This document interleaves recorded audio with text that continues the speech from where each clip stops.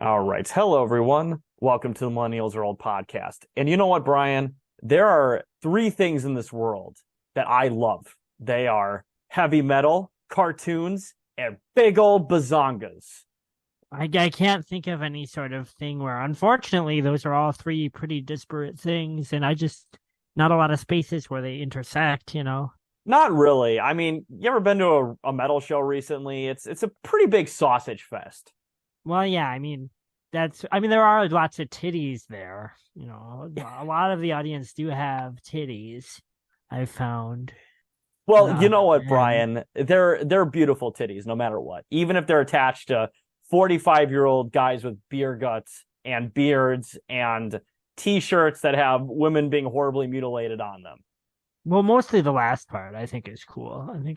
I like all the pictures of women being disemboweled and mutilated. It's cool because it's not sexual. It's nice to see art in rock music where women aren't sexualized.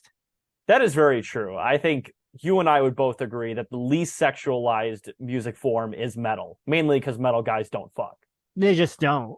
With this horribly degrading bit out of the way, let's get into our review for this week, which does include boobs, heavy metal, and awesome animation, the 1981 classic Heavy Metal. Now, Brian, this was your choice for this week's episode. Why did you want us to review heavy metal? Couple of things.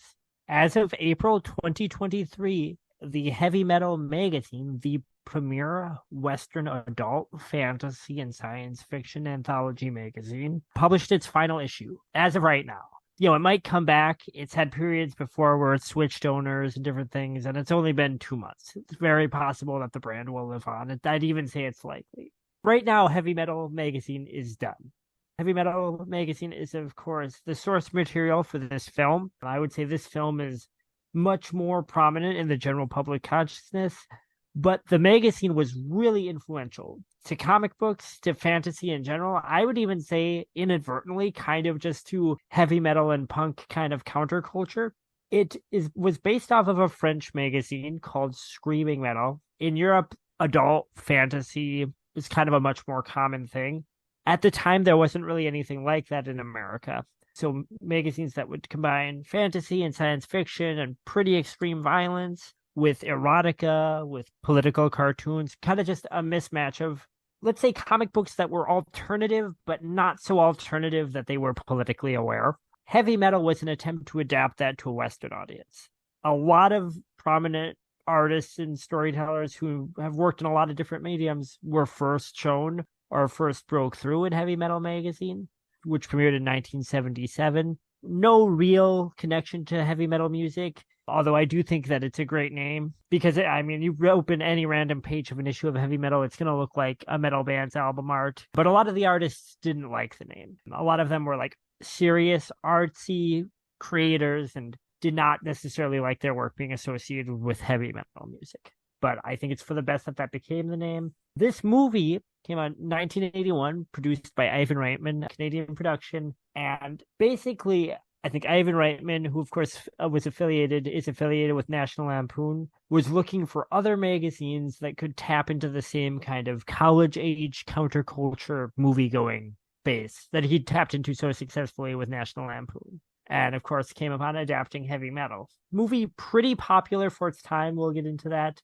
but very influential to animation, very influential to the fantasy genre in the West, and also very trapped in its time. Like, this movie would not exist for many reasons now. It would be a completely different movie. And I am kind of amazed that the magazine lasted for almost 50 years because it really didn't change very much. I wanted to talk about if this movie is an accurate depiction of the magazine, and if not, why, and sort of why it hit so hard when it did and why it is so of its time, which again, 1981. Yes, very much so. And before we get too much into the details of the comic and the plot here, let's get into some details. So I know you mentioned 1981 was the release date of this movie. It was rated R, which is very unsurprising because of language and definitely animated nudity. And we'll get into it. There is a lot of animated nudity in this movie. Yep. If you know something about the Heavy Metal movie, what you probably know is, that it looks like it was drawn by horny nerds. That's the shorthand most people have of it. And that's fair. All right. And speaking of horny nerds, maybe. This movie was directed by Gerald Potterton.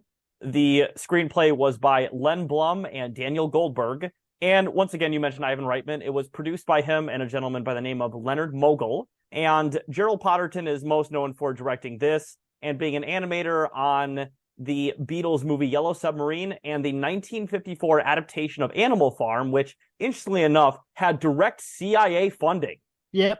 All three of those movies are classics of animation. The Animal Farm adaptation is very frustrating because it really waters down a lot of Orwell's politics. But yeah, some real animation titans on this. Although I kind of feel like the animation in this film is mixed results.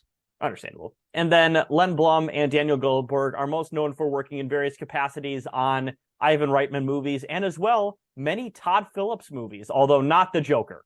So like Hated? Maybe Hated, but I think it was like Old School and like the Hangover movies particularly. Yeah. Road Trip, did he do that? I believe so, yes. They were involved in like every single Todd Phillips movie except for Hated and Joker. So quite the filmography there, that is for sure. And the movie is about 90 minutes long. It is a perfect 90 minutes long, and I appreciate that quite a bit.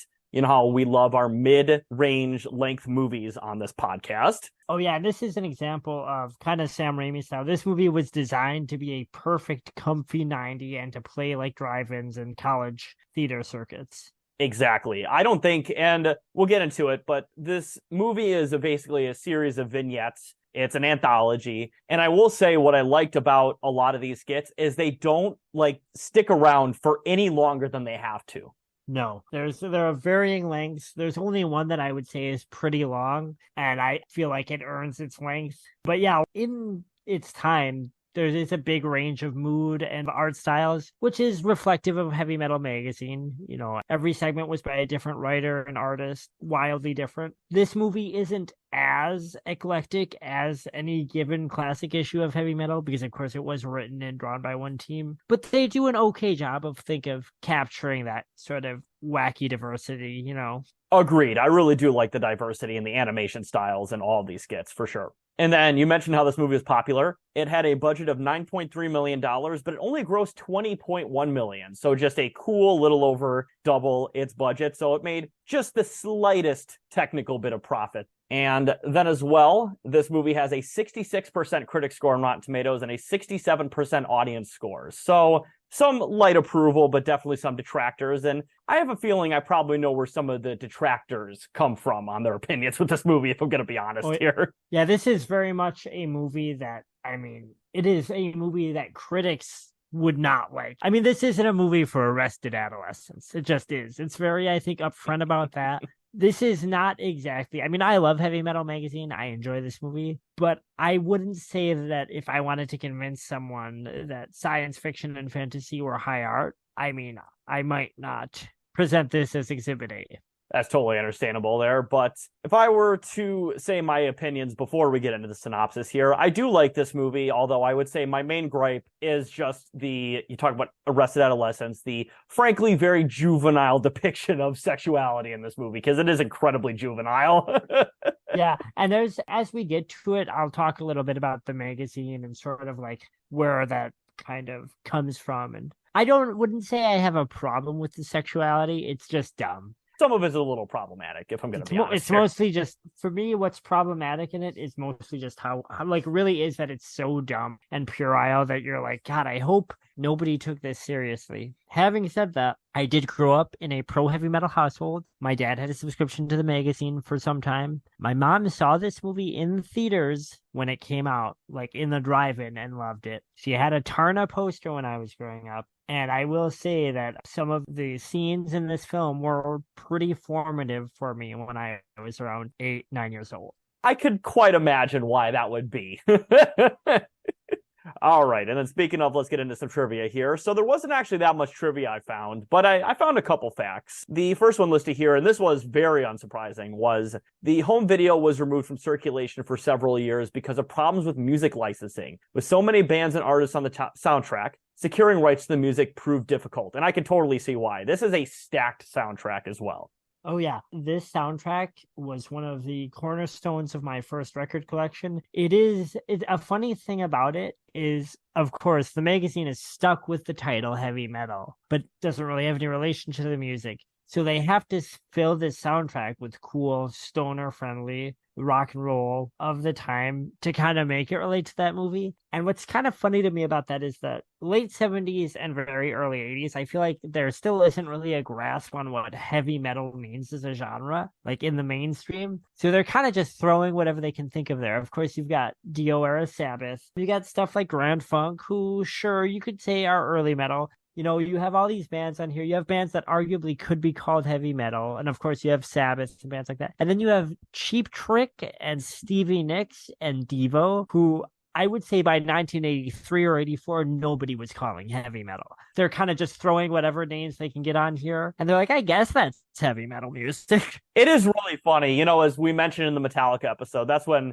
Jethro Tull won the best metal performance in 1990 or whatever. It's like nobody was calling Jethro Tull metal in 1990. Like, let's be honest Yeah. here. Who else is on here? There's some other I think I already said, yeah, Stevie Nicks. And by the way, pretty much every song on this album is cool, but it's very much just like, well, what is heavy metal? I guess, we need to go for the stoner college audience. I think the soundtrack's better for it, but funny that you'd be having Devo on your heavy metal soundtrack. Also, did you mention Journey? Because Journey definitely aren't metal that's either. right. Yeah. Yeah, Journey, one of the most prominently featured bands, and not just any Journey song, but Open Arms. That is a hilarious music cue for this movie.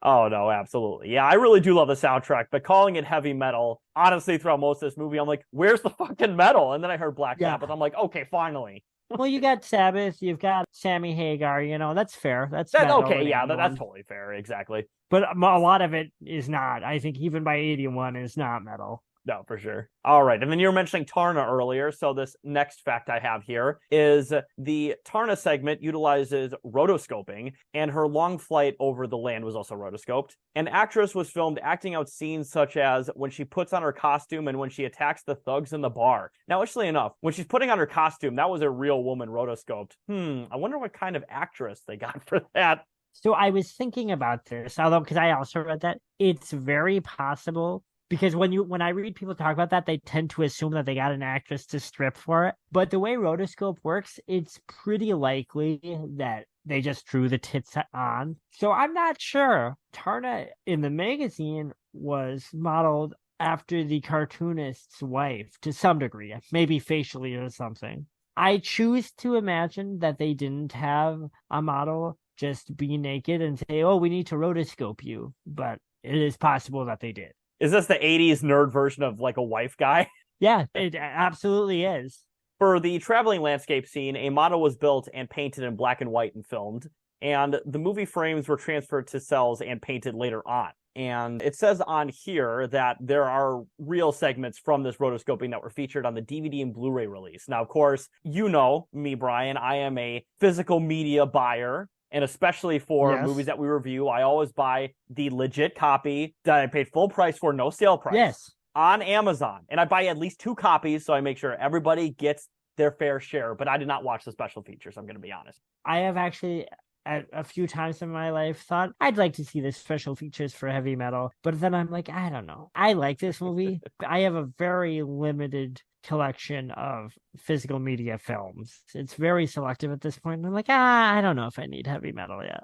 All right. And those were the 2 interesting facts that I found that were not later detailed in the synopsis. So like I said, fairly light on facts, but that gives us time to focus more on the synopsis. So as I mentioned before, it is an anthology film. So most of these skits are pretty short. I have a couple sentence description for most of these, except for like 2 of them. So the very first vignette here is called Soft Landing, and the title sequence was based on the comic of the same name by Dan O'Bannon and Thomas Warkentin, and it was directed by Jimmy T. Murakami and John Bruno, and the studios that animated this are MGM Titles and TV Cartoons Limited. Now, Brian, did you have anything to say about the people involved in the production before I get into this short synopsis? Dan O'Bannon has written a lot in comic books, has written a lot in heavy metal, and actually did the basis for other segments we'll see later here. This story pretty much is a cool visual opener. It is like a music video. There isn't really a lot of rhyme or reason to it, even less for this than other segments.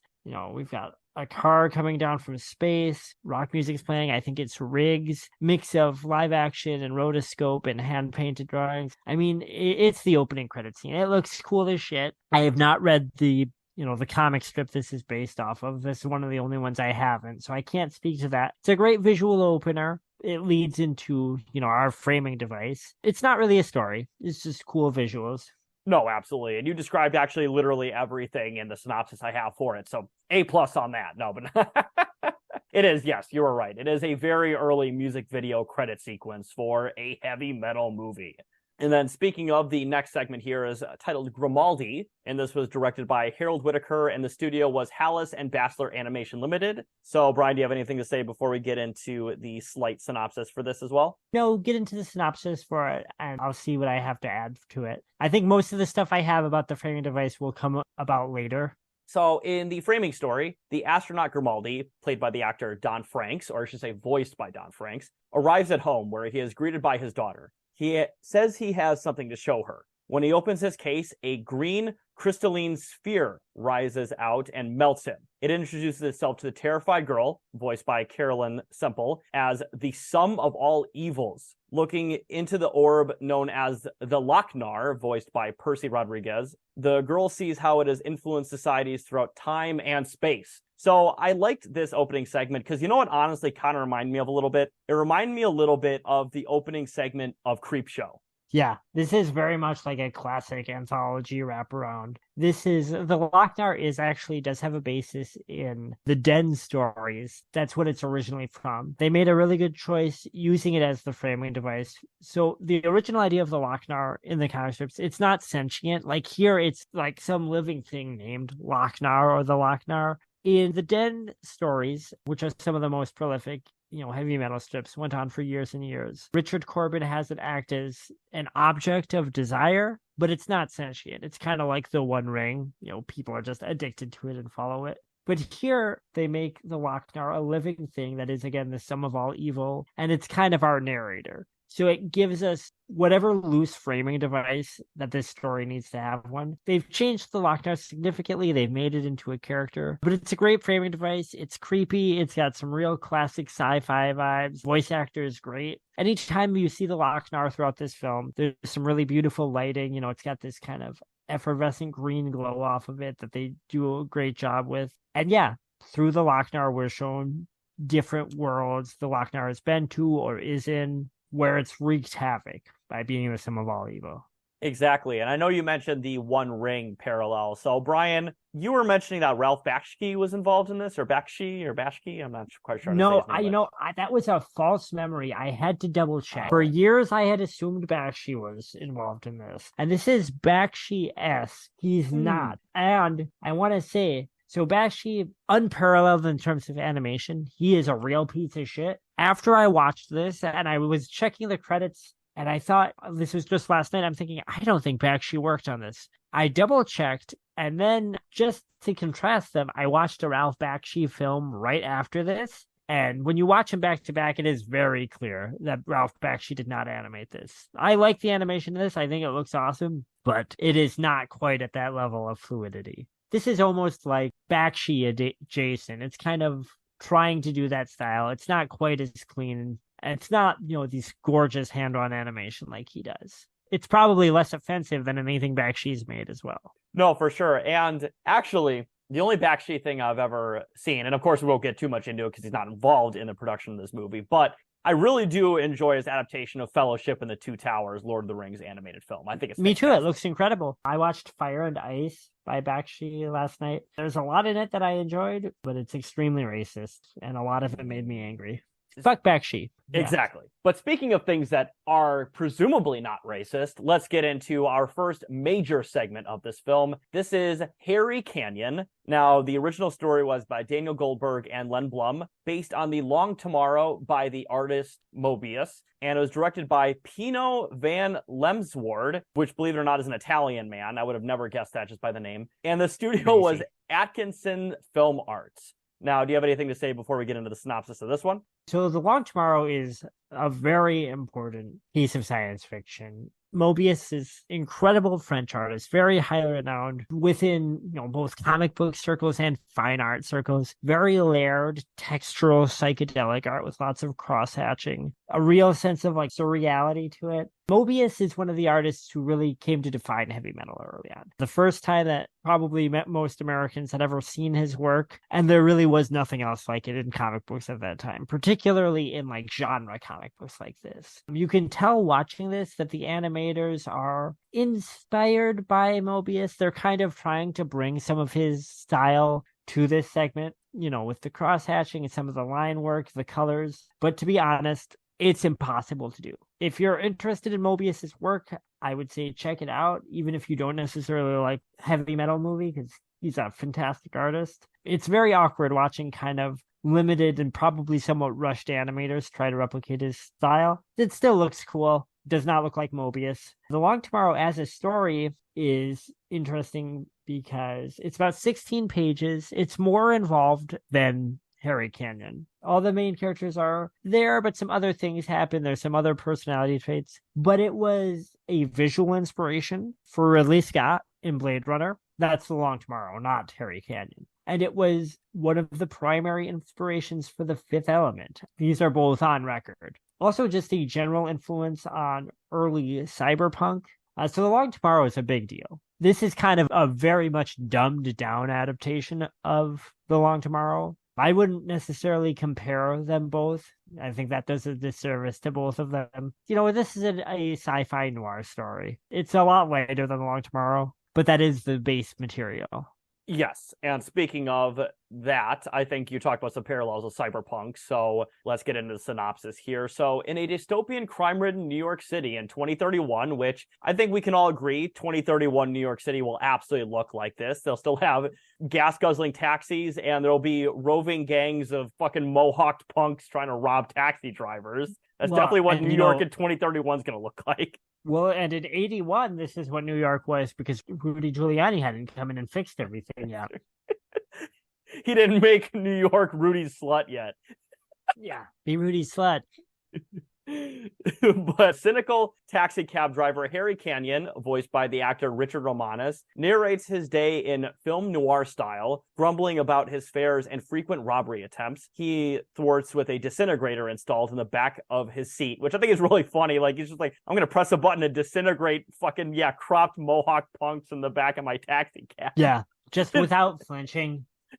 He stumbles into an incident where he rescues a red-haired young woman who is unnamed in this skit. So once again, this is not horny teenage boy shit at all. And this woman is voiced by Susan Roman. And he saves her from the gangster Rudnick, who is also voiced by Al Waxman, a gangster who murdered her father. She explains that her father discovered the Lochnar and they have been pursued relentlessly by people attempting to obtain it. Harry takes her to her apartment where they have sex, apropos where of she nothing. Throws herself at him. He has her sleep on the couch and then she goes, Harry, can I sleep too? And by the way, Harry Canyon is a ugly man.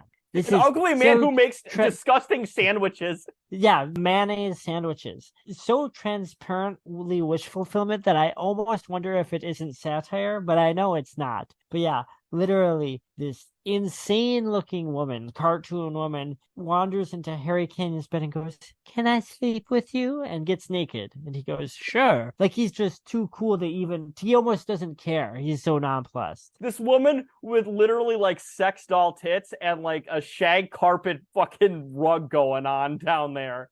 I mean, to be fair, if a woman like that was like, hey, Taylor, you want to fuck? I'd be like, sure, why not?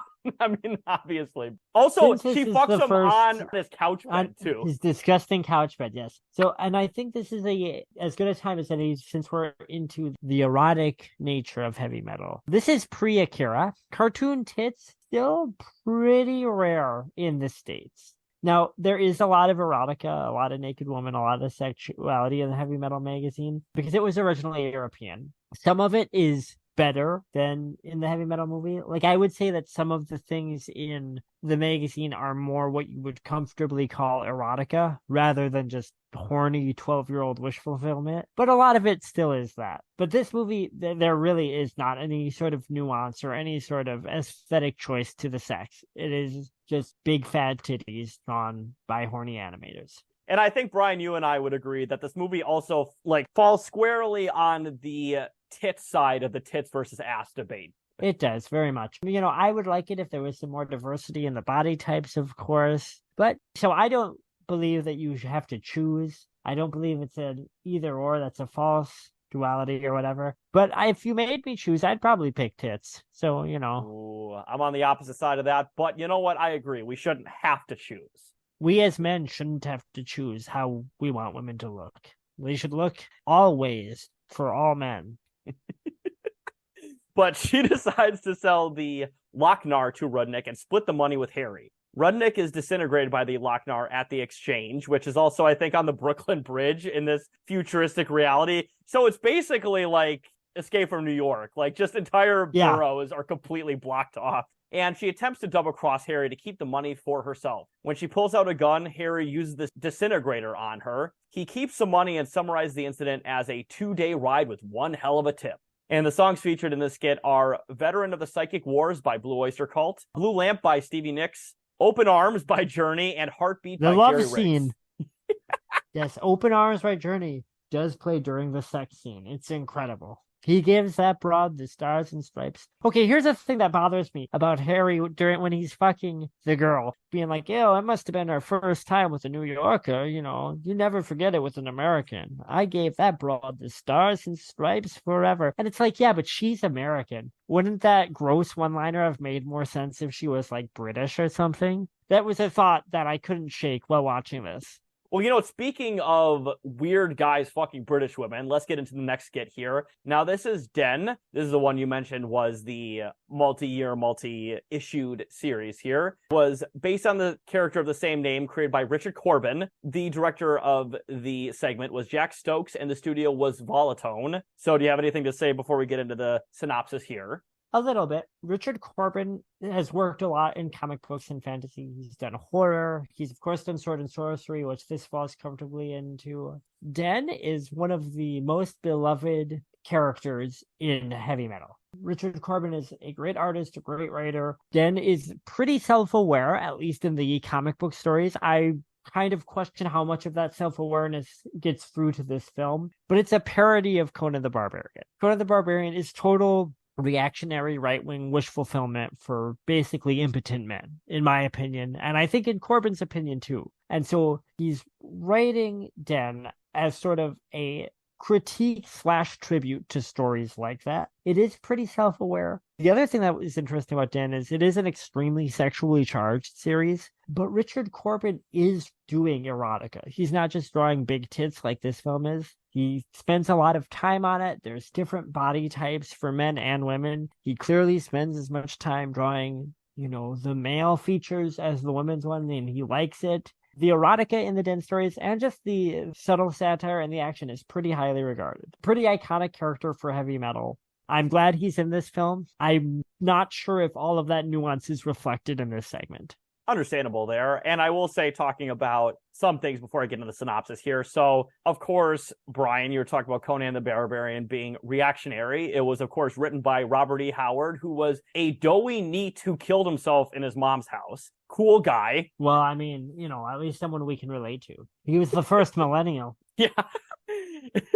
And also, you know what? You mentioned different body types, right? But in this comic, Den covers up his dork. That's not cool. You do briefly get to see it if you're watching close. But yeah, it is bullshit that there's no dick in this. Because it's like, if we're doing erotica, I want to go for the whole thing. Just showing tits is cool, but that in itself isn't erotic. So this is a total digression here. But do you think when Chris Chan calls it their duck, do you think they got it off of dork from this movie? Well, no. Chris would have been scared to watch heavy metal. He was busy watching American Rabbit. And since we're here, here's an embarrassing thing about me. I, as a weird autistic toddler, also loved American Rabbit. I had a taped off of TV version of it, and then I forgot about it. The only other person I've ever encountered in my whole life who watched American Rabbit as a kid is Chris Chan. So that's a strange thing that Chris and I have in common. Now I have to watch this because do you think Chris got their weird sexuality from that? Well, I don't think you can blame that on any singular piece of media. But no, I do not think that Duck is an evolution of Den saying dork. Den's pretty cool as a story and as a character. But I wish he didn't cover up his dork. I really do too. We need to free the dork. Hashtag free the dork. All right, so the synopsis here. So a teenager, voiced by John Candy, finds a quote-unquote green meteorite near his house and adds it to his rock collection. During a lightning experiment, the orb hurls the young man into the world of Neverwhere, where he transforms into a naked, muscular man called Den. Neverwhere, because they never wear clothes. But Den is an acronym for his Earth name, David Ellis Norman. There, Den witnesses a strange ritual, rescuing a beautiful young woman, voiced by Jackie Burroughs, who is about to be sacrificed to the opposite of Cthulhu. I'm not even going to attempt to pronounce that. Reaching safety, she introduces herself as Catherine Wells from the British colony of Gibraltar. And also, this is really funny because she has no British accent at all. No, just kind of a snooty American accent. It's not even a transatlantic accent. It's like Gibraltar. You would hope that they would have... I'm from Gibraltar. Oh, yeah, I'm from Gibraltar. It's like, no. Like, oh, that'd be awesome. The two start having sex, so we were talking about the puerile nature of this film. Hey, I'm from somewhere. I'm from Gibraltar. Let's fuck. I'm happy for them. Well, you got to think they're scared. They're in a new place, you know. Also, I mean, the first thing that this lady is seeing right after dying is dead. Also, she basically owes him because he saved her life, which is just common courtesy. So, yeah, it's like, you know what? You covered up your dork. Well, I'm trying to get that dork. Yeah, Den, what are you doing? Free the dork. Yeah. But they are then interrupted by the minions of Ard, voiced by Martin Lovett, and a mortal man who wants to obtain the Lochnar for himself. After being taken to see Ard, Den demands to see Catherine. His request is ignored, and Ard orders his men to castrate Den. Den fights off the soldiers and shoots Ard, who is immortal and heals immediately. The girl turns out to be sleeping encased in glass. Also, I keep mentioning girl. Once again, these characters necessarily don't have names. They're just girl, woman. That's most of the female characters in this movie. I mean, Catherine's name is Catherine, but it doesn't matter. That's true, yes. But her former name is Catherine. Her name in this is just girl. And again, doesn't matter. She's barely a human. That is very true. But she is once again encased in glass under a spell where only Ard can awaken her. Ard offers Den a deal. If he gets the Lochnar from the queen and brings it to him, the girl will be released. Den agrees and infiltrates the palace along with Ard's best soldier, Norl. Norl? Yeah. It sounds like a fucking, well, not He-Man. What's that cat thing? You know what I'm talking about? Thundercats? Yeah, it sounds like a Thundercats character named Norl. Isn't that a Thundercats? Norl. Yeah. I mean, it does sound like that, like Snarf. Yeah, Snarf, Norl. That's it. Yeah. They are promptly caught by the Queen's Guard, but she offers leniency if Den has sex with her. So many people are just trying to fuck Den. Great. Well, yeah, Den straight up. In fact, Den, and fantastic work by the late, the great, the beloved John Candy. Just want to be clear for everyone. Den has two voices. His internal monologue, which is John Candy, but just a little bit wispier because he's playing a teenager. But also, his speaking voice as Den is John Candy trying to do a tough guy voice. It's very amusing. It is. He complies, thereby distracting the queen while the raiding party steals the Lochnar. Den escapes and races back to rescue Catherine from Ard. Recreating the lightning incident that drew him to Neverwhere, he is able to banish Ard and the queen. Den suspects that they were teleported to Earth. Refusing the opportunity to take the Lochnar for himself, Den rides with Catherine into the sunset, content to remain in Neverwhere. As for the Lochnar, it rises into the sky and lands on a space station where it is picked up by someone else. And we'll get into that someone else in just a moment. But I do want to mention some things about this segment here. Now, Ard is a very funny character. Some of his line delivery is really funny to me. Like, there's a scene where, like, the Queen and Ard are fighting. He's like, no, that's mine, you bitch. That's my lock. That's okay. That is my favorite line delivery in this whole film. And I'm going to say it, like, I know, like, you were saying that some of the voice acting you didn't like, and I understand why. I think there's a lot of great line reads in here. Ard has the best line read in the movie. He and the Queen are fighting over the Lochnar, which in the Den story is on a scepter. They're kind of playing tug of war for it, and he's going, no, that's mine. That's my Lochnar. It's my Lochnar. I know what a Lochnar is. That's my Lochnar. And it's just, he's like this neurotic New York Jew voice, but he keeps saying Lochnar. It's very funny to me. It is really funny. There's just so many parts of this segment where I just start laughing. I'm like, oh my God, this is ridiculous. Although, early 80s voice acting and animation I know is a lot different than today, but it just still was just very funny to me. Yeah. And I think you can pick up on some of Richard Corbin's kind of, I don't want to call it satire because he does have an affection for sword and sorcery fantasy. He's not parodying it. The source material, there is a lot of kind of ironic dissonance between Den's internal monologue as this nerd and him trying to project this really tough guy image. I think that comes through a little bit in this film, but maybe not strong enough for me to say it's a perfect representation of the character. The other thing that I think it's lacking is, again, Richard Corbin is a very talented erotic fantasy storyteller. Like, I don't know how to put that without making myself sound like a creep, but he's very good at it. He's good at the pacing and timing. He has a real diversity for the types of bodies he likes and draws. And I don't really feel like that's reflected in this segment. No, totally fair. Yeah, there is, I would say, more diversity in body types in this segment than in pretty much any segment in this film, especially when it comes to the horny parts. But yeah, it's still fairly limited. I'll just say that. All right. And with that out of the way, let's get into Captain Stern. This is based on the character of the same name created by Bernie Wrightston. And the director was Julian Harris, and the studio was Boxcar Animation Studios, Inc. Now, before we get into your summation here, this is my favorite skit in the movie. I think both you and I would agree with that. I would say that this is my personal favorite in that it's just such a great, perfect, weird little story. I do think the Tarnas segment is the best one. It's just so good. But for one that I personally relate to that connects with me, this is the best one. A lot of that is from Bernie Wrightson, who is an extremely big deal in horror and comic book literature. Captain Stern is my favorite heavy metal character. This is pretty close to a perfect adaptation of the first story he was in. There's some little differences, but just the idea that, this decorated war hero who's actually an unrepentant, deviant, pervert, degenerate, just monster. Just a lot of opportunities for great dark comedy there. Also has my favorite musical number in the movie. Maybe not necessarily my favorite song, but the use of Cheap Trick here is really effective with these weird visuals.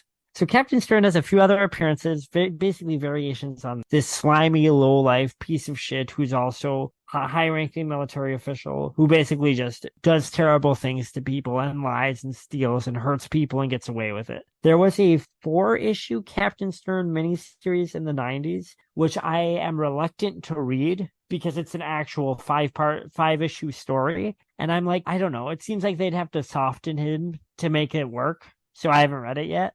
Yes, and speaking of, let's get into the actual synopsis here, because we'll get into why it might be hard to adapt that. On a space station, crooked space captain Lincoln F. Stern, voiced by Eugene Levy. Now, Brian, this is another heavy hitter on the voice acting cast who would later go on to do many notable things in film, but was still a pretty early performance by Eugene Levy here. He is on trial for numerous serious charges presented by the prosecutor, consisting of 12 counts of murder, so we already have a serial killer, 14 counts of armed theft, 22 counts of piracy, 18 counts of fraud, 37 counts of rape, and 1 moving violation. That last one was the joke part. But this is a serial killer, rapist, fraudster. This is a war criminal of war criminals. A lot of people in the SS would be like, whoa, bro, chill out. That's what this kind of guy's like. He would fit right in to the, okay, I'm totally going to go off topic, but who was that really awful, Nazi battalion that even the SS were really grossed out by? They sent them to Poland really remote areas. I almost said the Atomwaffen, but that's not the Atomwaffen. The Durlevanger Brigade. This is like a Durlevanger Brigade guy. That's what Captain Stern is. Yeah, I mean, so Captain Stern as a character is one of the clearest kind of connections to the earlier generation of underground comics, and that he is like a satirical character, like this dark comedy thing, which isn't necessarily what Heavy Metal Magazine was known for. He looks like Clark Kent, very square jaw, kind of acts like Han Solo, but again, more perverted and degenerate. Do you think that Zap Brannigan for Futurama was kind of based on this a little bit? I mean, he's obviously just a sex pest in Futurama. I considered this. I'm going to say Heavy Metal Magazine was an influence on Futurama, like an explicit influence, just aesthetically. Mobius was a big influence on Futurama and the other artists. So David X. Cohen and Matt Groening we're aware of the Captain Stern character. On the other hand, lying, kind of larcenous, cretinous, military captain who like looks like a clean-cut all-American guy. That's a pretty general satire idea. I mean, I think that basically Zap Brannigan is a soft and edge Captain Stern, but I'm not so convinced of that I'm going to go on record and say they stole the character. But Heavy Metal Magazine was a big influence on Futurama, and David X. Cohen and Matt Groening are on record about that. Well, how about this? Captain Stern and Homelander. No, there's not really that much of a comparison, other than obviously in The Boys, he is this face of this massive corporation with behind the scenes, he is an unrepentant monster. So some similarities there, but not quite. Again, part of that is just, I think that the type of character Stern is it's such a perfect vehicle for satire of like corruption.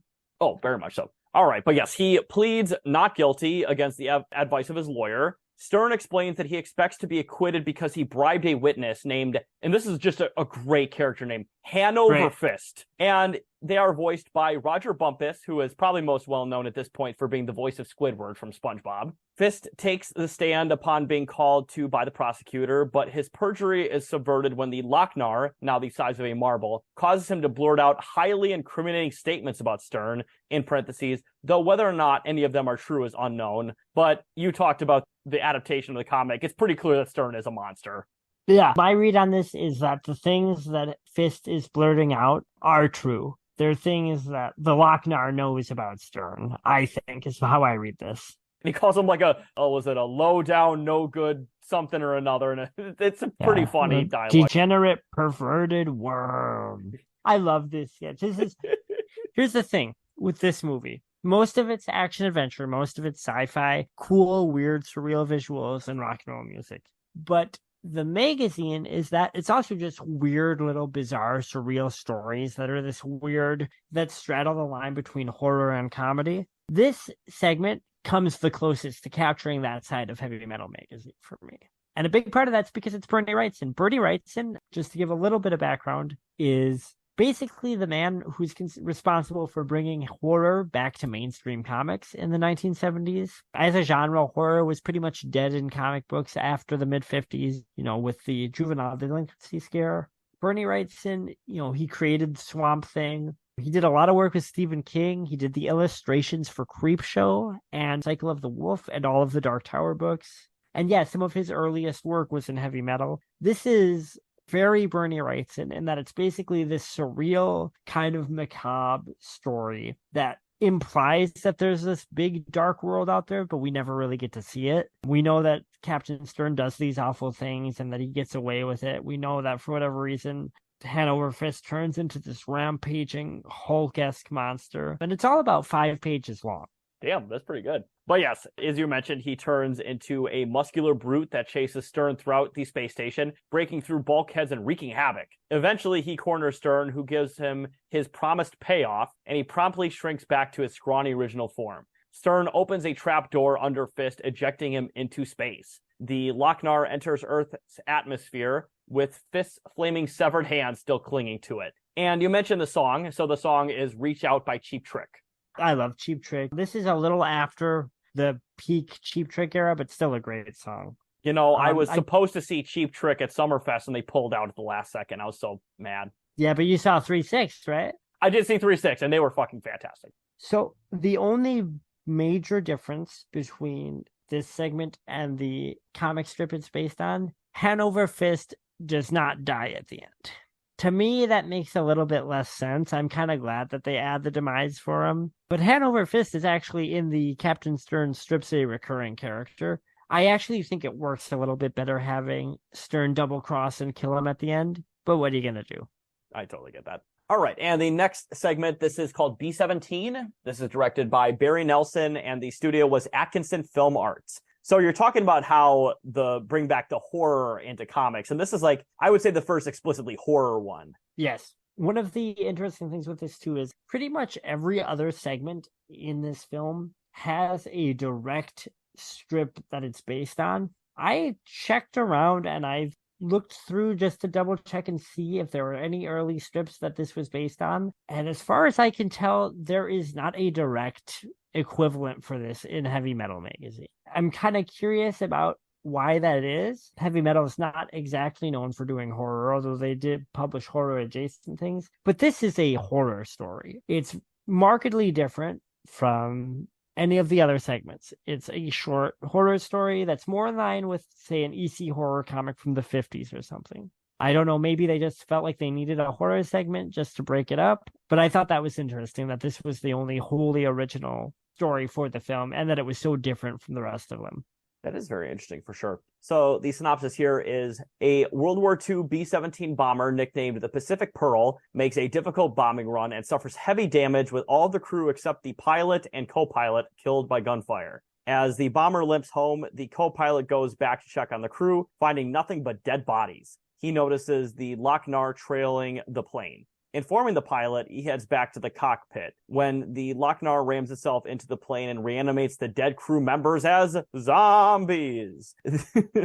The co-pilot is killed while the pilot parachutes away in time. He lands on an island where he finds a graveyard of airplanes from various times, along with the wrecked airplanes' zombified airmen, who surround him, sealing the horrified pilot's fate. And the song that plays in this segment is Heavy Metal, Taking a Ride by Don Felder. Now, you were talking about how there's like an EC Comics thing. This is basically like an extremely shortened version of two different segments from Creepshow, the movie. And yeah, I really like this one. I think the animation's really fucking good. I don't really have too much to say, obviously, about the performances because there's pretty much no actual dialogue. It's basically just all visuals.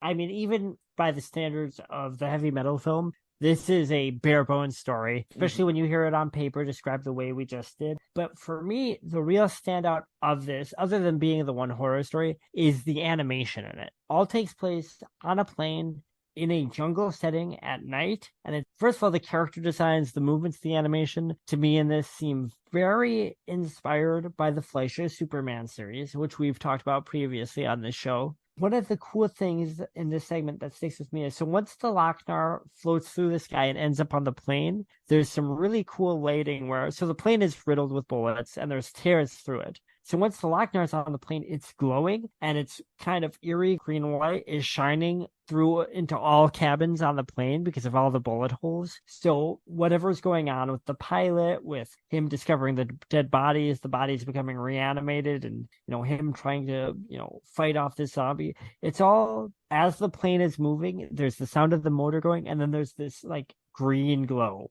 just kind of this green hue over everything. It looks very cool, but again, as pretty lightweight as actual stories go, but they show off some cool animation.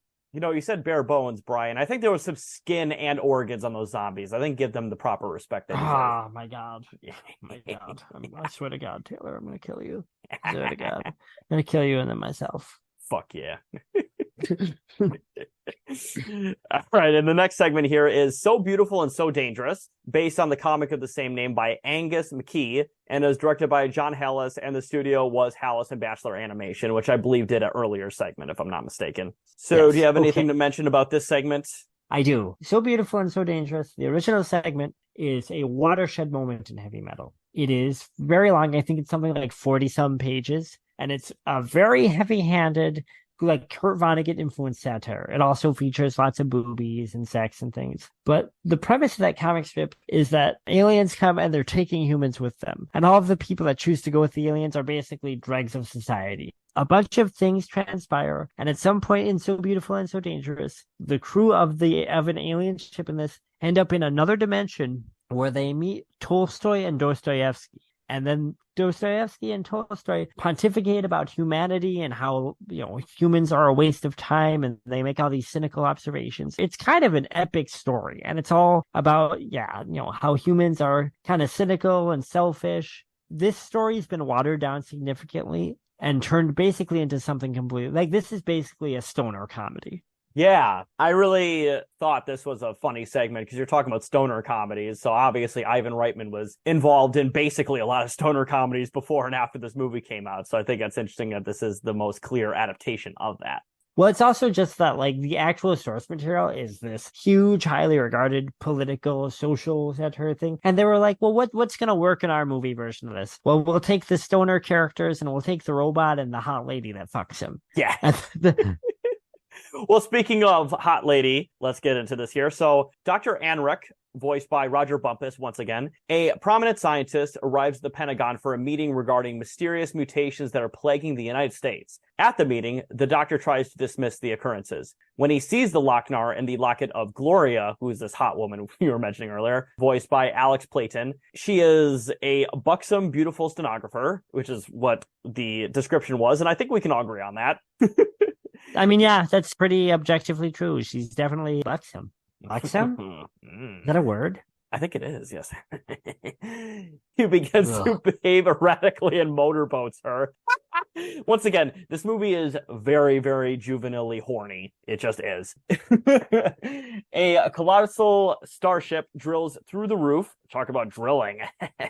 The roof and abducts the doctor and by accident, Gloria. The ship's robot, voiced by John Candy, is irritated at Anrek, who is actually a malfunctioning android, but its mood changes when it sees Gloria. Now, you're talking, Brian, I think you mentioned in the chat about how this robot is very much an allegory for you. The robot in this film, this is one of my favorite characters in the movie. I think this is a funny, horny little quirky guy who's just like, he's like a Bill Murray type. This is one of my favorite characters in the movie. If there's a character that I identify with in heavy metal, I mean, it's probably this robot, I would say, as far as like going like, wow, that's a cool guy.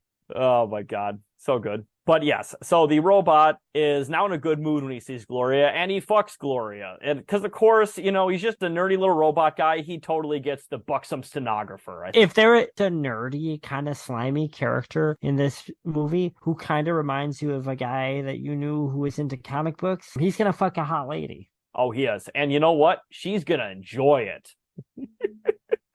Well, this guy's a robot, so, you know, that's like most women in America these days.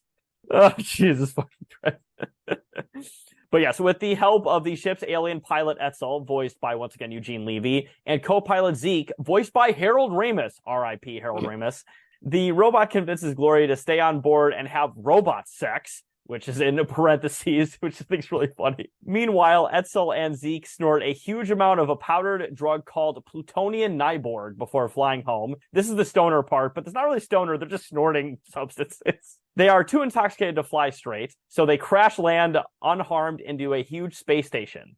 And that's the end of this segment here. And the songs that are played during it are Queen Bee by Grand Funk Railroad, I Must Be Dreamin' by Cheap Trick, Crazy by the band Nazareth, All of You by Don Felder, Prefabricated by the band Trust, and Heavy Metal by Sammy Hagar. So once again, a very stacked soundtrack for this fairly short segment. Let's just go through this. Aliens abduct a lady. The lady gets on the ship, and there are 2 alien pilots and a robot. The robot and the lady fuck. They talk about their future as a couple. Do they want to get married? Do they like have things in common? Meanwhile, the 2 alien pilots get stoned and they land clumsily into a space station. That's the end. Here's my issue with this. What does this have to do with the Lochnar? The whole premise of this movie is the Lochnar. So these are all realities that are happening at the same time. That's my read on the Lochnar telling these stories. These are all different universes. These things are all happening concurrently. Every other story in some way involves evil, involves corruption, involves a struggle between good and evil. You can in some loose way say that it involves what the Lochnar does. What's the Lochnar do in this one? The robot and the lady fall in love and the other guys get stoned and don't get hurt. What is the Lochnar doing here? Is the Lochnar the one that like lets loose the powdered substance on the ship? I'm not entirely sure. Yeah, but the guys don't get punished for doing drugs. They don't crash and die or something. They have a good time, and then they kind of bang into some stuff, and they go, whoa. Well, to be fair, they could have banged into some other things like the robot did. I mean, this is similar to Captain Stern. It is nice to have a story like this that is not as strictly genre-based and kind of is just like, it's a story about a tiny little corner of a very specific weird universe, which is another thing that I loved about the Heavy Metal series, is that it implies there are all these worlds and you never quite knew what. Could be fairly certain that you were going to get an action-adventure cyberpunk story or a sword and sorcery story and lots of titties, but you might get some weird random character study or something. Oh, absolutely. And, speaking of, let's get into our final segment here. Tarna. This is an original story by Daniel Goldberg and Len Blum, based on Arzak by Mobius once again. So do you have anything to say before we get into this one? Because there's a lot to say about this one. Tarna is, even more so than Den, the signature character of heavy metal. There's many stories involving her or her people, the Trachians. This is the longest by far. This is about a third of the film. It's, I think, 27 minutes long. This whole movie is building up to this, and you can tell the animators really spent a lot more time on this than any other part of the movie. No, very much so. And in fact, isn't Tarna the woman on the poster for this movie, if I'm not mistaken? She looks very different in the poster. I'm going to just say, again, this I'm going to say, Tarna looks great. Great makeup, great eyes, great hair. Tarna is awesome. Tarna was a big part of my childhood. My mom has a giant Tarna poster. All right, and then speaking of, let's get into the synopsis of this segment. So the Lochnar, now the size of a giant meteor, crashes into a volcano on another world and draws a large mass of curious people. As they begin to climb the volcano, it erupts, and green slime covers the crowd, mutating them into an evil barbarian army. The mutants subsequently attack a nearby city of peaceful scholars. Desperate, the city leaders mentally summon the Tarakians, a once powerful, yet now declining warrior race with whom the city had a pact. But the city falls before the call can be answered. Tarna, a beautiful yet mute warrior and the last of the Tarakians, receives the summons, and after ritually preparing herself, she and her avian mount fly to the beleaguered city, only to find the citizens dead. Determined to avenge them, she begins following the trail of their murderers and encounters a small band of the mutant barbarians. After killing them and with more information at hand, she travels towards the mutant camp, but she and her mount are captured. Tarna is tortured and thrown into an open pit, unconscious. Her mount escapes and rescues her. She tries going for the Lochnar, but the mutants pursue and shoot her mount down. The mutant leader faces Tarna in a duel to the death, wounding her, but Tarna manages to kill them. With the last of their strength, Tarna and her companion make a death flight to the volcano. As they approach, the Lochnar warns her off, claiming that sacrificing herself would be futile. Ignoring the Lochnar, Tarna unleashes the power imbued in her sword and dives into the volcano, destroying the Lochnar, and I think kind of killing herself, essentially. Yeah. Sacrificing herself to kill the Lochnar. And the songs in this segment are E5150 by Black Sabbath, The Mob Rules by Black Sabbath, and Through Being Cool by Devo. So, Black Sabbath and Devo, pretty similar bands, I would say. Two of probably the 10 greatest bands of all time. This is a great segment. I mean, really, if you didn't want to watch this whole movie, I would say just watch the Tarna segment. It's the most complete as a story. I wouldn't say it's necessarily the best because it's very much just a fantasy series, but beat by beat. But when people think of heavy metal, this is what they're thinking of generally. No, absolutely. I think this is a great segment. Animation's great. Tarna's fucking hot as hell, especially for an animated lady. Yes. Definitely, I would say, a pretty straightforward sort of sword and sorcery thing going on with a silent protagonist. Pretty standard stuff narratively, but I think it's told very well. I'll just say that. I would agree with that. There's not anything I'm not the biggest sword and sorcery guy, even as a comic book nerd and someone that likes, types of fantasy. I don't generally love sword and sorcery stuff. What works about this is visually it is really compelling to watch. We've talked a little bit about the scene where Tarna is flying on her mount, which is kind of a cute bird pterodactyl thing. And the rotoscope in that is amazing. I don't want to hit it too hard, but the whole point of this movie was to get stoned and watch it, in drive-ins. And that would be an incredible scene, to just be in a drive-in in 1981, just lit, watching Tarna fly through the sky in this rotoscoped animation. Looks pretty beautiful. Very much so, absolutely. So great segment, and it leads into our final segment here, the epilogue. So as the final story ends, the Lochnar that was terrorizing the girl destabilizes and begins breaking up. The girl flees it and her home. The Lochnar then explodes, destroying the mansion in the process. And I also love the destruction of the house because it's very clearly a miniature they blew up, and it looks fucking fantastic. Yeah, I love that. Tarna's reborn mount appears outside, and the girl happily flies away on it. It is then revealed that Tarna's soul has been reincarnated in the girl, transforming her into a new Tarakian. And that's the end of the story. So the credits are about 6-7 minutes long. So yeah, this is a tight 85 minutes without credits. Fucking fantastic. So that is Heavy Metal 1981. So before we get into our thoughts here, is this better or worse than Heavy Metal 2000? Oh, this is better. Heavy Metal 2000 is boring. The animation looks like shit. Look, this is a dumb movie, but it is a dumb movie made by clever people, is what I would say. Part of what's interesting about it is that it's an anthology. There's a bunch of different weird stories. I mean, if you don't like all the stories, you might like one or two at least. Heavy Metal 2000 is boring. It sucks. It's trying to remake the Tarna story, but it makes it too long and it doesn't have the visual focus. I don't like Heavy Metal 2000 at all. You know what's interesting about Heavy Metal 2000 is before you told me about this movie for us, obviously, to review it, I thought I had seen it, but I realized I'd only seen Heavy Metal 2000. Like, not even the full movie, just segments. I was probably browsing. It was midnight. It was something on, like, Comedy Central or something. I don't remember even what fucking channel it was. Yeah, it used to play on cable a lot. Yeah, and I remember, it might have even been MTV or something. And I remember watching it just for like 2 minutes, and I'm like, this sucks. This shit's boring. And I was like 15. This is puerile and boring for a 15-year-old. God damn, imagine trying to watch that shit today. I'm going to tell you, when Heavy Metal 2000 came out, my mom rented it from DirecTV. And we, as a family, were going to sit around and watch it. Because Heavy Metal, this original one, is a family picture in my house. Like, this is a movie that we would all hang out and watch together and talk about. Because my family are a bunch of fucking losers. So my mom was so excited for Heavy Metal 2000. Nope, not the same. Boring. And you know what? Critics would agree. I think I looked it up. It has like a 17% of Rotten Tomatoes. I mean, critics barely liked this one. They were going to fucking hate Heavy Metal 2000. Well, also the animation just doesn't look good to me. Yeah, I mean, honestly, early 2000s and late 90s animation, a lot of it's pretty rough. Yep, that was a sad time for hand-drawn animation.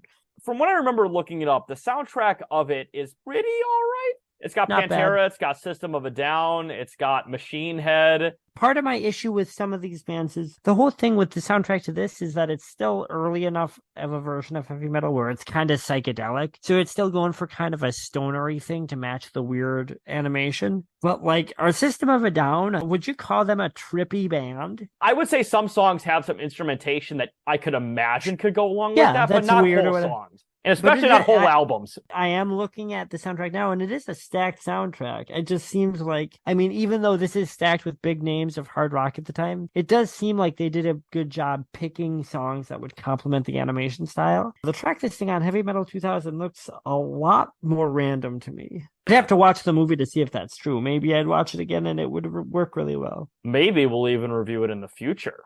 I mean, I'd be down. I love adult animation. Like, I love it. It's such a weird, messy genre, like Ralph Bakshi and all that shit.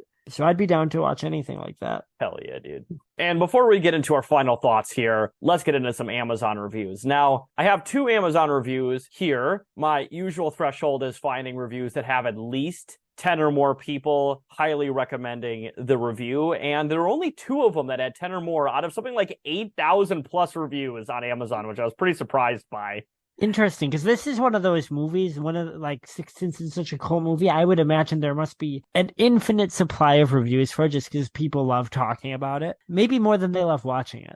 Yeah, it has nearly 9,000, although it doesn't have over 9,000, unfortunately. So I can't play the meme here. Yeah, out of 9,000 reviews, it only has, I think, 3 or 4 that have 10 or more. So I was kind of disappointed. But let's get into our first Amazon review here. This is our highest recommended review. It is a 5-star review from Brian. Different spelling. Oh. So it might be Murder Brian, though, Brian Quimby, but I could be wrong about that. Fuck that guy. Well, you know, he is a very noted sex guy who goes to Hedo every year, Hedonism 2, for the layman out there.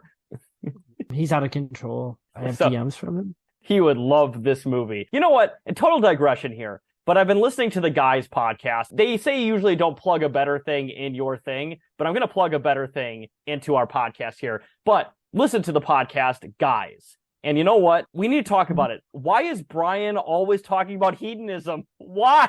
Because he loves it. He's horny. He's incredibly horny. No, Guys is really good. It's my favorite thing I think that Brian's done so far. Because really where he shines more than politics is just talking about weird types of guys. That's what he's been doing for his bonus content forever. So I'm glad he finally has a main show where he can really dive into, because that's really what he's good at, is getting into the heads of a weird type of guy.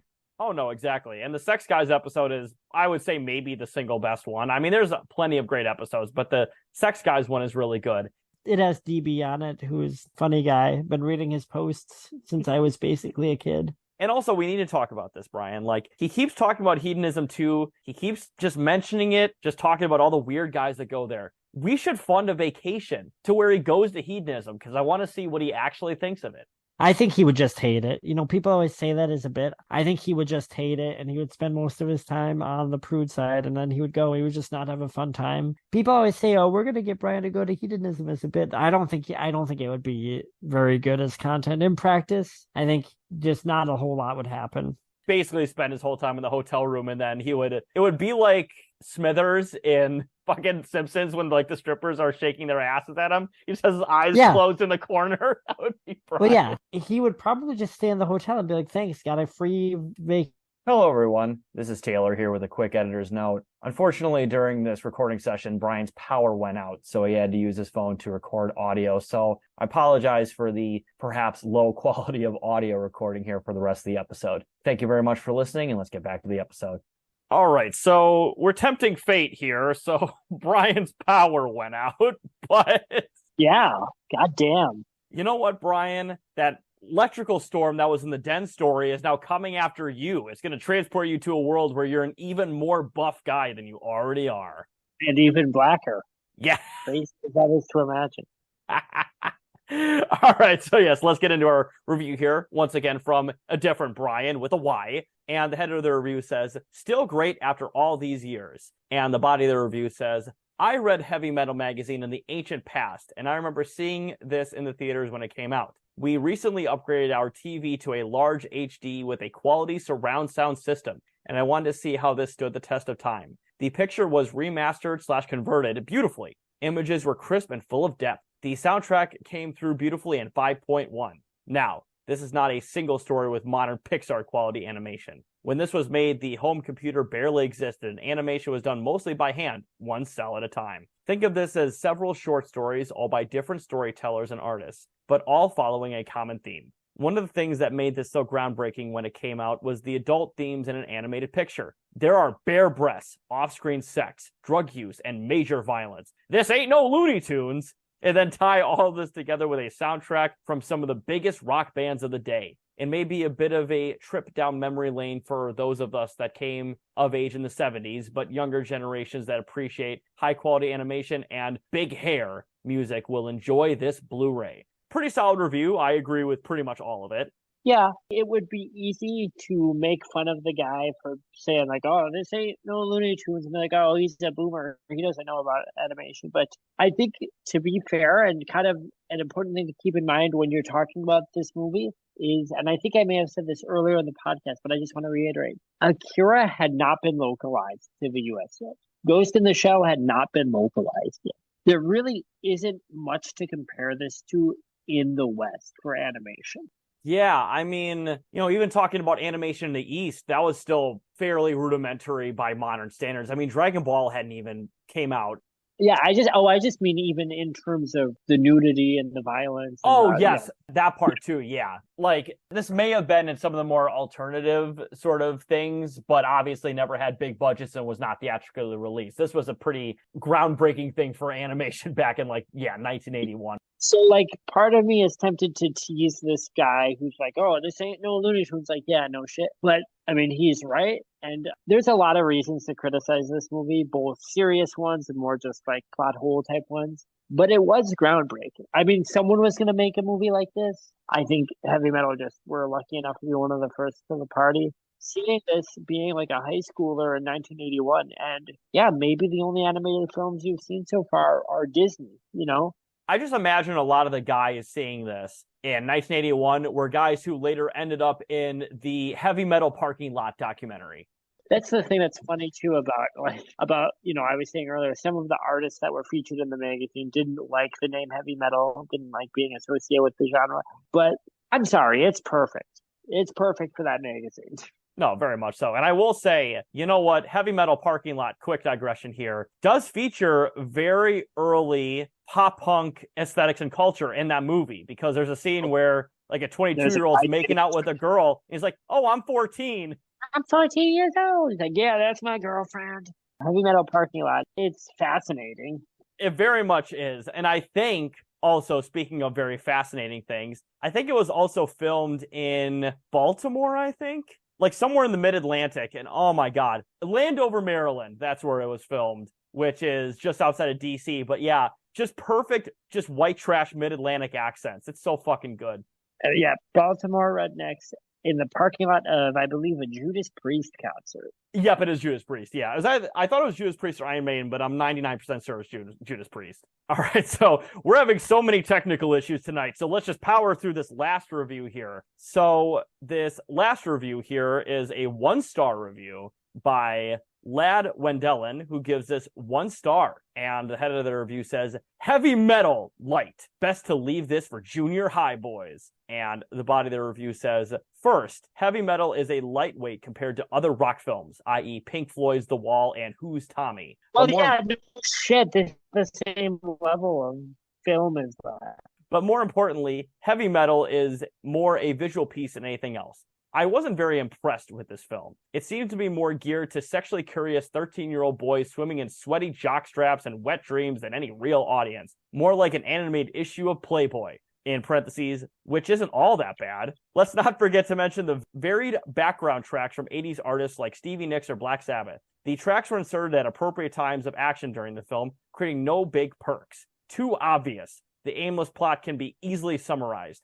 A glowing green ball. Wow. Naked women and women reminiscent of He-Man action figures. Super. So this reviewer here is clearly a Gen Z prude. Ah, shit. All right. So let's get into our final thoughts here, because clearly nature is trying to tell us we need to end this episode a little early. But yes, I will say for my final thoughts, I really did like this film. I thought the animation was great.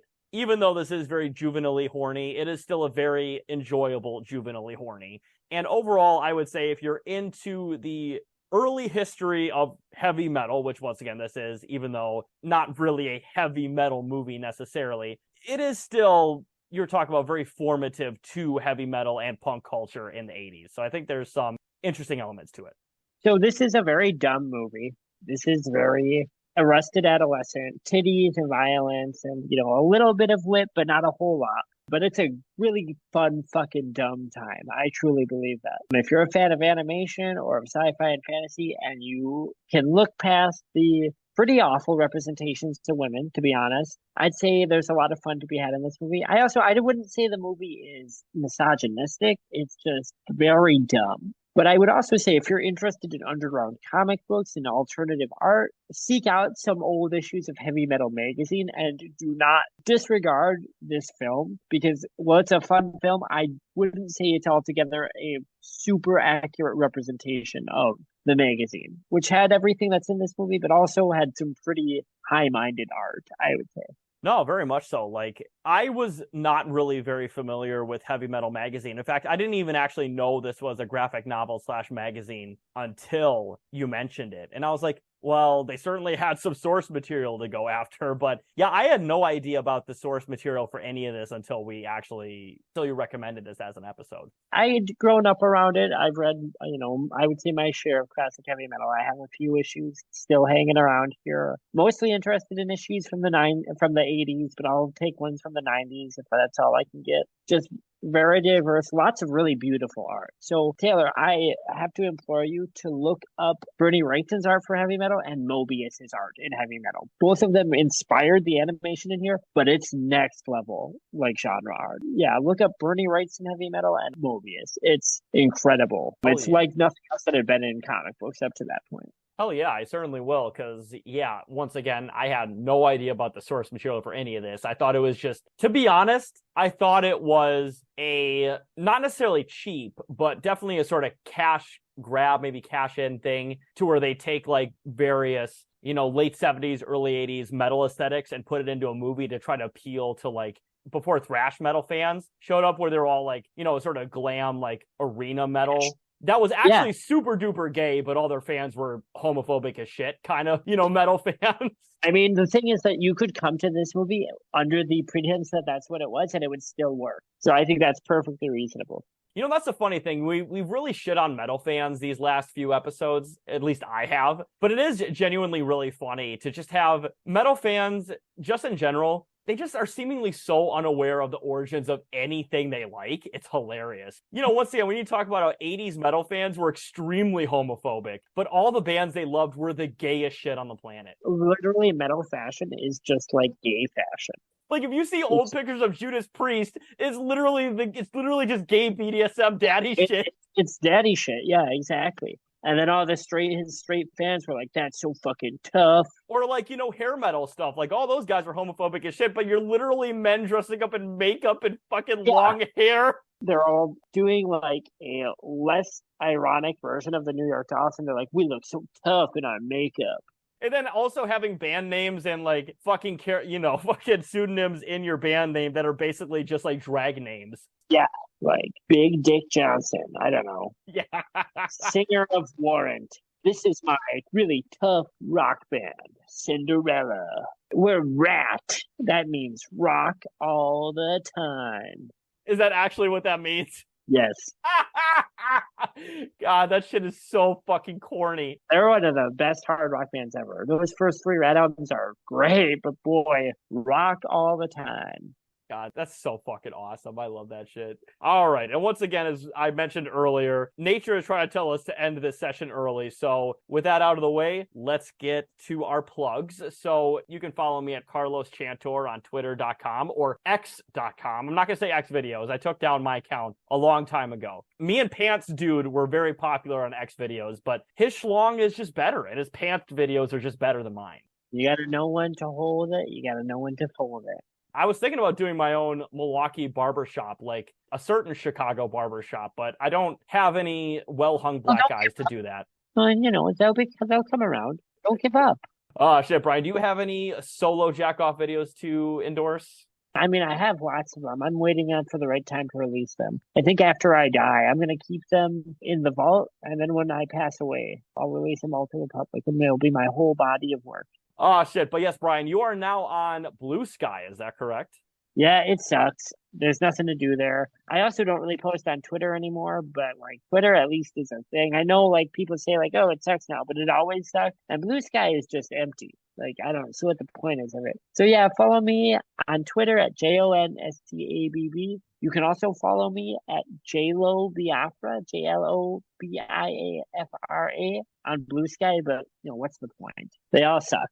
Yes, and very soon I'm still uploading episodes, so hopefully it's all done by the time this releases. But you can also follow us on Spotify. We are uploading all of our backlogged episodes onto Spotify. So look us up at spotify.com/the Millennials Are Old podcast. Once we're on a streaming service, I'm going to annoy so many people about listening to the show. Oh, abso-fucking-lutely. I'm also planning on uploading it to Google Podcasts and wherever else you can get your podcasts. And also trying to figure out how the fuck I get an RSS feed. So, because I still honestly don't understand that, but I will figure it out. That would be cool. It's hard to recommend someone listen to a podcast on YouTube, to be honest. It is, but you know what? Every great podcast starts somewhere. And then eventually, Brian, on our anniversary episode in 25 years, when we get 1,000 subscribers, we will go to hedonism too. Millennials are impotent. Not even Blue Chew can save us at that point in 25 years. The only thing that can save us is hedonism. All right, everybody, have a good night.